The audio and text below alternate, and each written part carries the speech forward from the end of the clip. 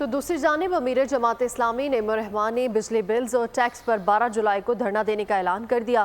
ظالمانہ taxes لگانے پر اقتدار کے مزے لینے والوں کو شرم تک نہیں ہے۔ ایک پریس کانفرنس میں انہوں نے کہا کہ یہ لاغر ناتجربہ کار حکومت ہوش کے ناخن لے، عوام کو ریلیف دے، ورنہ عوام کا ہاتھ اب ان کے گریبانوں تک پہنچنے کے قریب آ چکا ہے۔ ہمارا دھرنا بجلی کے بلز میں سلیب سسٹم کے خلاف بھی ہوگا۔ یہ تاریخی دھرنا ہوگا اسلام آباد میں، یہ جماعت اسلامی کا دھرنا ہے۔ حکومت سے کہتا ہوں کہ وہ ہوش کے ناخن لے، وہ اپنی چیزوں کو ٹھیک کرو، عوام کو ریلیف دو، بجلی کے بل کم کرو، ٹیکس کم کرو، کوئی دوسری صورت نہیں ہے اس کے علاوہ۔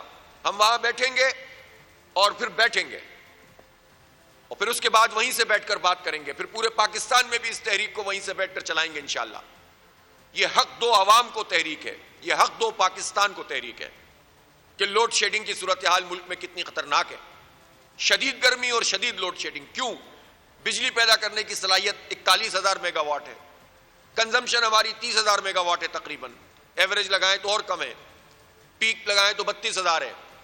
تو یہ جو 9-10 ہزار میگا واٹ اضافی صلاحیت موجود ہے لیکن بجلی موجود نہیں ہے۔ بجلی موجود ہے تو ٹرانسمیشن لائنیں موجود نہیں ہیں۔ کرپشن ہے، کرپشن ہے اور کرپشن ہے۔ سبسکرائب کریں اور بیل دبائیں تاکہ کوئی خبر رہ نہ جائے۔